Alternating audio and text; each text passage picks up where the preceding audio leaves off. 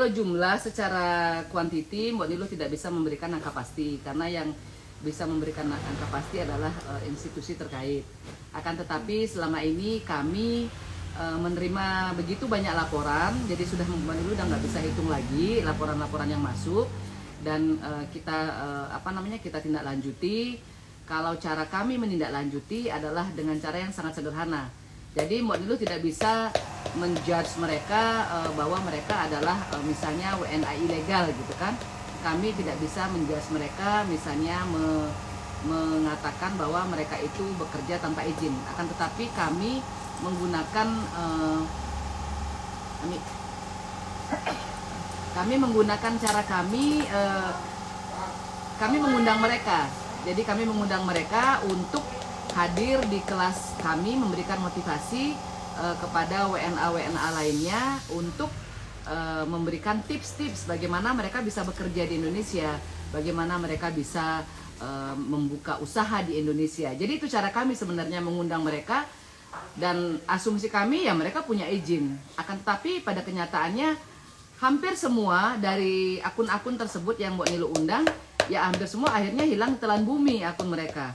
Apakah itu di private, apakah itu user not found, apakah kemudian pada akhirnya mereka mengakui dan mereka mengirimkan DM, misalnya seperti ada satu waktu itu ada satu promosi yang dilakukan oleh seorang berprofesi mengklaim dirinya sebagai dokter. Dia membuka kelas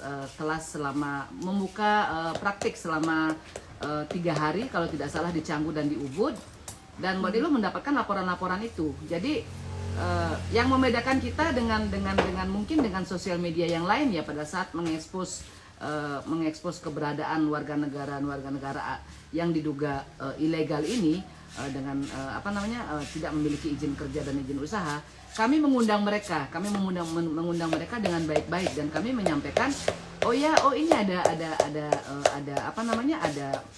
ada praktik dokter ini loh di sini loh gitu kan. Nanti mohon izin ya, tolong nanti tunjukkan izin praktikmu sesuai dengan aturan dari misalnya Kementerian Kesehatan dan lain sebagainya. Dan di akhir hari belum ada satupun yang datang dan mengatakan ini izin kami Mbak Niluh gitu kan. Jadi dan rata-rata mereka semua dari negara Rusia, dan memang mungkin ada dari negara-negara lain. Cuma hari ini kita harus fokus. Kita tidak bisa langsung hantam promo berfokus kepada semua hal, sedangkan masalah krusial, esensial, yang terpenting yang harus kita segera tindak lanjuti dan tangani itu nggak kepegang. Makanya Mbak Niluh kemarin pada saat pertemuan dengan kantor staf presiden yang diinisiasi oleh mulai dulu ya, nanti kita lanjutkan ya. Siap.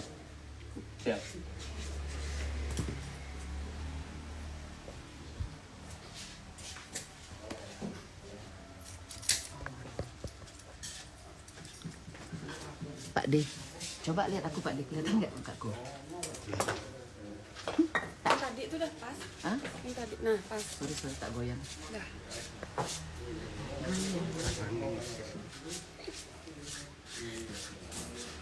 Kita live di iNews sayang. Kalau misalnya mau nonton di iNews lebih bagus kualitasnya, silakan. Oke, Mbak Niluh kita standby dialog ya, satu paket menuju Mbak Niluh ya. Terima kasih. Ya, pemirsa, sejumlah warga negara asing kedapatan berulah di Bali. Ya, mulai dari memasang plat nomor yang tidak semestinya hingga tidak sedikit juga turis asing yang bekerja secara ilegal.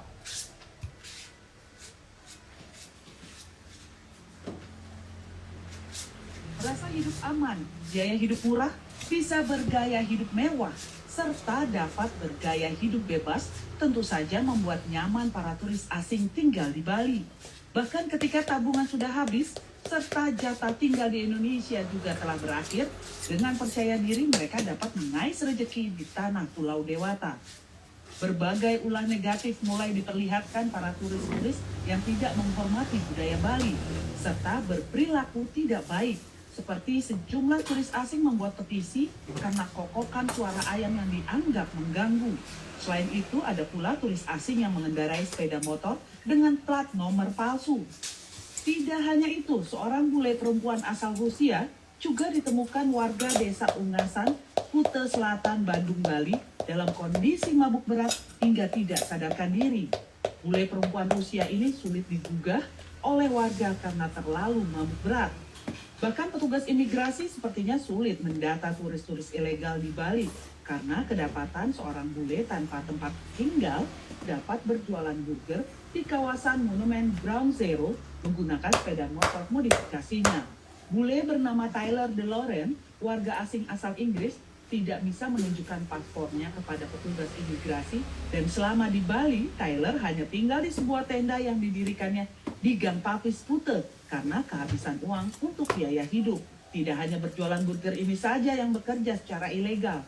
Beberapa turis asing di Bali menawarkan jasa fotografi, latihan bersepeda motor, berselancar, bahkan sampai jualan sayur pun dilakukan bule-bule miskin yang tinggal di Bali.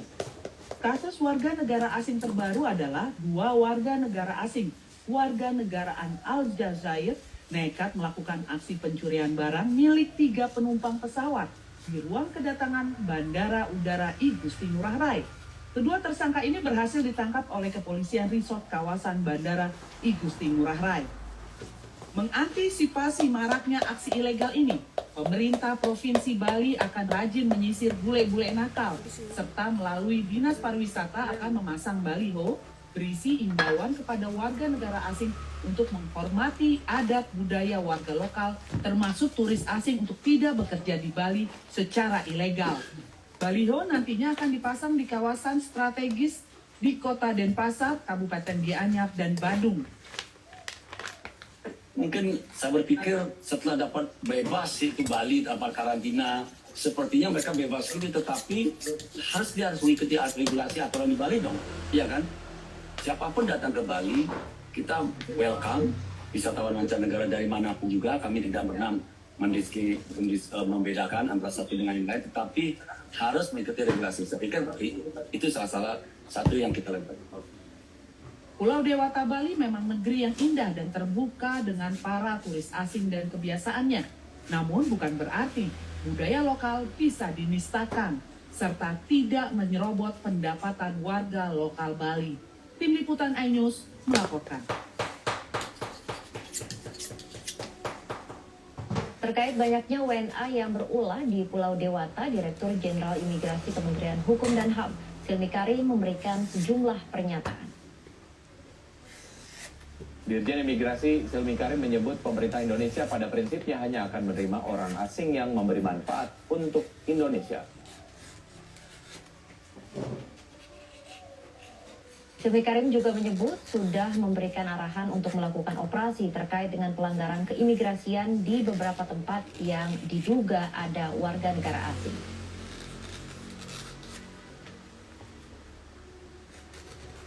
Ya, pemirsa, untuk membahas lebih lanjut permasalahan turis di Pulau Bali, kita sudah terhubung dengan Mbok Niluh Julantik, pengusaha sekaligus tokoh masyarakat Bali. Selamat siang, Mbok. Selamat siang untuk kalian berdua. Salam sayang dari Mbok Niluh, salam kenal. Ya, salam kenal, salam sehat, dan salam sayang juga untuk Mbok Niluh ya. Baik, Mbok Niluh, ini bicara mengenai hal yang kemudian terjadi akhir-akhir ini terkait dengan berita tentang wisatawan asing yang bertingkah aneh-aneh di Bali ini sering muncul. Sebenarnya seperti apa situasi wisatawan asing di Bali saat ini yang Anda capture, Mbok Niluh? Posisi kami sebagai bagian dari masyarakat Bali yang telah menyoroti dan juga memberikan arahan-arahan dan juga masukan, nasihat tidak hanya kepada pihak WNA itu sendiri, akan tetapi juga kami memberikan berbagai masukan kepada institusi pemerintah dan juga pejabat publik, baik itu di daerah maupun di pusat. Dan itu kami sudah lakukan jauh sebelum pandemi dan berlanjut hingga hari ini, dan akhirnya seperti api dalam sekam, seperti seperti puncak gunung es yang jika sejak awal pendisiplinan itu dilakukan, jika sejak awal tindakan-tindakan preventif itu dilakukan, mungkin kita tidak duduk bareng gini ya, harus ngobrol tentang permasalahan-permasalahan yang kita hadapi dengan WNA, dari WNA yang komplain karena koko ayam, hingga WNA yang misalnya naik pohon telanjang dan lain sebagainya. Hal-hal yang memang secara moral, etika, dan juga adat istiadat itu sangat dilanggar. Nah, kondisi kami di Bali sudah membaik dengan dibukanya pariwisata internasional. Akan tetapi kita juga tidak boleh lupa bahwa pada saat pandemi berlangsung, di mana Indonesia ditutup dan juga negara-negara lain menutup dirinya, ada wisatawan domestik yang memegang peranan yang sangat penting. Wisatawan Indonesia yang menjadi tonggak dari kebangkitan pariwisata Bali itu sendiri. Dan itu kita tidak boleh nafikan, kita tidak boleh sampingkan. Makanya Mbak Nilu selalu menekankan, kita harus menyayangi sesama kita wisatawan domestik sebagaimana kita menyayangi wisatawan internasional. Nah, kalau urusan izin kerja misalnya, jika ada misalnya warga negara Indonesia atau misalnya saudara-saudara kita yang bekerja di Bali, berusaha di Bali, misalnya belum memiliki izin yang resmi, misalnya melakukan pelanggaran dan lain sebagainya, itu mereka akan berhadapan dengan pihak yang berwajib, dengan aparat, dengan Satpol PP dan lain sebagainya. Tapi bagaimana dengan WNA ini yang mereka membawa kedok sebagai turis, yang mereka datang dengan visa kunjungan, yang mereka bisa seperti hari ini Mbak Nilu mendapatkan informasi, mereka bisa memperpanjang visa on arrival-nya itu dari dalam negeri sendiri. Jadi mau tidak mau sepertinya kita itu justru membuka pintu untuk orang-orang ini ngelunjak gitu loh. Untuk WNA ini merasa punya kesempatan lebih, bukan hanya sekedar menjalankan usaha tanpa izin, akan tetapi mereka justru akhirnya merebut merebut lahan-lahan pekerjaan yang sudah dilakukan oleh masyarakat. Jadi kita bisa bayangkan bagaimana WNA ini bisa membuka rental motor, bagaimana WNA ini bisa mengajari orang senegaranya atau sekaumnya itu untuk naik motor, bagaimana mereka bisa menjadi guru surfing, guru yoga, menjadi profesional, menjual properti, dan banyak sekali profesi-profesi lain yang dilakukan oleh mereka, dan mereka secara terbuka mempromosikan itu di sosial media. Dan di saat yang sama pihak masyarakat mereka harus mengadu, dan mereka mengadunya kemana? Mereka mengadunya ke Nilu Jelantik. Mereka mengadu. Jadi ya, yang sudah dimediasi oleh Mbak Nilu sendiri seperti apa nih? Apakah kemudian aparat mungkin dari imigrasi ataupun setempat nih sudah ikut membantu begitu, ikut membantu Mbak Nilu seperti apa? Hubungan Mbak Nilu dengan pihak imigrasi, dengan pihak kepolisian itu sangat baik. Jadi kita selalu tektokan, kami selalu tektokan jika ada misalnya hal yang Mbak Nilu sampaikan dan itu menyebar di masyarakat, itu pasti akan ada komunikasi antara Mbak Nilu dengan imigrasi. Dan Mbak Nilu kenapa melakukan itu? Karena di satu sisi ada pengaduan, di sisi lain kita juga menempatkan institusi ini di tempat yang terhormat, bahwa mereka bekerja, bahwa mereka juga melakukan sebaik-baiknya yang mereka bisa, baik itu imigrasi, kepolisian maupun pemerintah pusat dan pemerintah daerah. Cuman tidak akan bisa maksimal jika aturan dasar itu dibuat dan ditegakkan, disosialisasikan. Jadi setelah itu tugas imigrasi, kepolisian dan juga institusi terkait adalah untuk memastikan sosialisasi itu berjalan, aturan itu berjalan. Karena sekarang jika kita bertanya, profesi fotografer, guru yoga, foto model, fashion designer, tukang pijat, masas, terus profesi salon misalnya, tukang suntik wajah gitu, terus dokter, terus profesi tukang tato, profesi influencer misalnya, dia mengendorse usaha teman-temannya, itu masuk kategori visa mana? Bagaimana undang-undangnya? Bagaimana perpajakannya? Bagaimana dengan aturan mainnya? Apakah semua profesi yang sudah ditekuni oleh rakyat Indonesia juga bisa dilakukan oleh mereka? Seperti itu. Menurut temuan Anda, apakah ada oknum dari instansi terkait yang melakukan pelonggaran terhadap aturan-aturan tadi yang memang seharusnya dipenuhi begitu untuk izin kerja dan lain sebagainya? Sehingga kemudian yang terjadi adalah ya banyak turis-turis asing yang bekerja di Bali begitu. Nah sekarang turis-turis asing ini bekerja dan berusaha di Bali kan menurut Mbak Niluh kan mereka nggak mungkin kulunuwun ya, permisi saya mau jualan hamburger gitu kan, permisi saya mau beli 50 unit motor untuk saya sewa-sewakan, nggak mungkin gitu kan. Nah, pertemuan-pertemuan Mbak Niluh yang Mbak Niluh lakukan terakhir kemarin dengan kantor staf presiden itu adalah dengan pimpinan-pimpinan. Mbak Niluh juga berdiskusi dengan Mas Hilmi Karim, Dirjen Imigrasi, dengan Bapak Wakapolda, dengan juga Aji Gusdi Pemayun, Kepala Dinas Pariwisata Provinsi Bali, juga dengan Bapak Surya Mataram, Direktur Bidang Pengawasan dan Penindakan Orang Asing, dan mereka tidak bisa bekerja sendiri. Mereka tidak mungkin akan keluar masuk gang mengecek apakah setiap kos-kosan itu atau rumah itu disewakan kembali oleh si WNA, atau apakah ada praktik-praktik kedokteran yang dilakukan di sudut-sudut ujung Canggu misalnya, seperti itu. Mereka tidak bisa lakukan itu. Akan tetapi jika undang-undang itu diterapkan, jika aturan the do and the don'ts while you are in Bali itu bisa langsung diberikan pada saat si turis-turis itu tiba di airport, itu akan sangat mengurangi keinginan, niat yang tadinya mungkin setengah baik jadi jahat itu akan sangat berkurang, karena CCTV-nya sudah dipasang di bandara. Dan mungkin sosialisasi itu yang sangat-sangat diperlukan. Dan kami komponen masyarakat siap untuk mempromosikan, siap untuk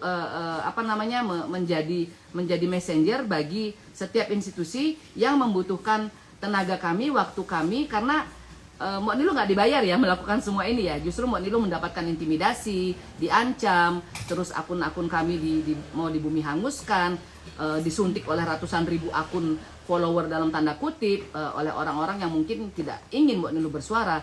Kami tidak dibayar, kami tidak ingin mendapatkan apapun dalam bentuk pujian dan lain sebagainya. Kami hanya ingin aturan kami taati, warga Indonesia mentaati aturan. Seperti itu jugalah warga negara asing harus mentaatinya, dan mereka tidak lebih spesial daripada kami warga negara Indonesia. Itu cara kami menjaga harga diri, martabat dan harkat dan kehormatan bangsa kami. Dan jadi mohon izin, mohon agar aturan itu mulai ditegakkan pada saat tiba di airport. Walaupun awal mereka mau berwisata, jika mereka kemudian ingin misalnya membuka jasa kepang rambut atau apapun itu, mereka sudah punya yang namanya The White Book of Tourism, The White Book of Indonesia. Jadi mereka tahu apa sanksi, apa konsekuensi yang akan mereka terima kalau mereka melanggar. Jadi bukan dengan cara mendirikan baliho, bukan dengan cara mendirikan poster-poster yang notabene itu buat Mbak Niluh nggak efisien, justru menghabiskan biaya gitu kan.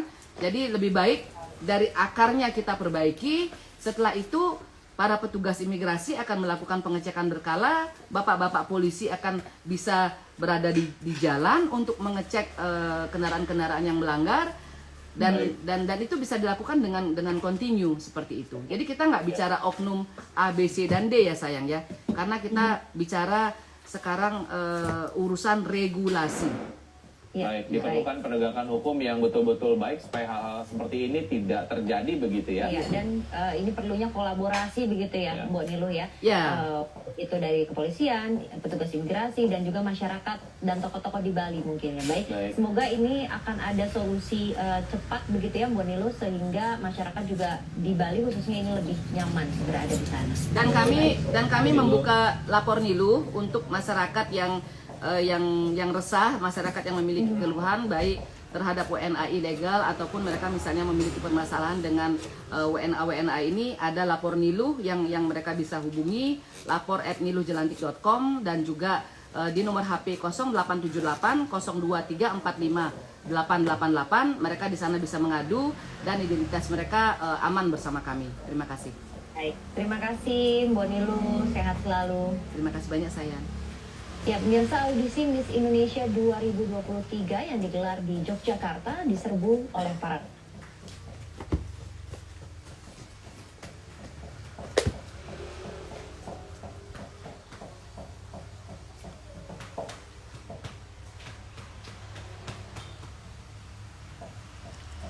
Hai kesayangan, selamat siang.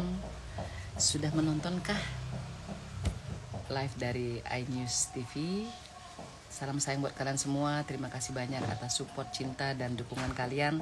Tanpa kalian, Mbak Niluh tidak ada artinya. Tanpa support dari kalian, suara-suara kita tidak akan bisa maksimal didengar. Jadi tetap semangat, tetap sayangi tanah kelahiran kita tetap taat aturan. Di saat yang sama WNA tersebut juga harus taat aturan. Di mana bumi dipijak, di sana langit harus mereka junjung, dan itu tanpa perkecualian. Oke, mari kita temani pihak imigrasi, pihak kepolisian, dan juga aparat terkait, dan juga pihak pemerintah untuk mensupport mereka, perjuangan mereka kita temani tanpa pamrih, dengan tujuan satu, negara kita tetap menjadi negara yang terhormat, rakyatnya terhormat, bangsanya bermartabat. Salam sayang, selamat makan siang kesayangan. I love you.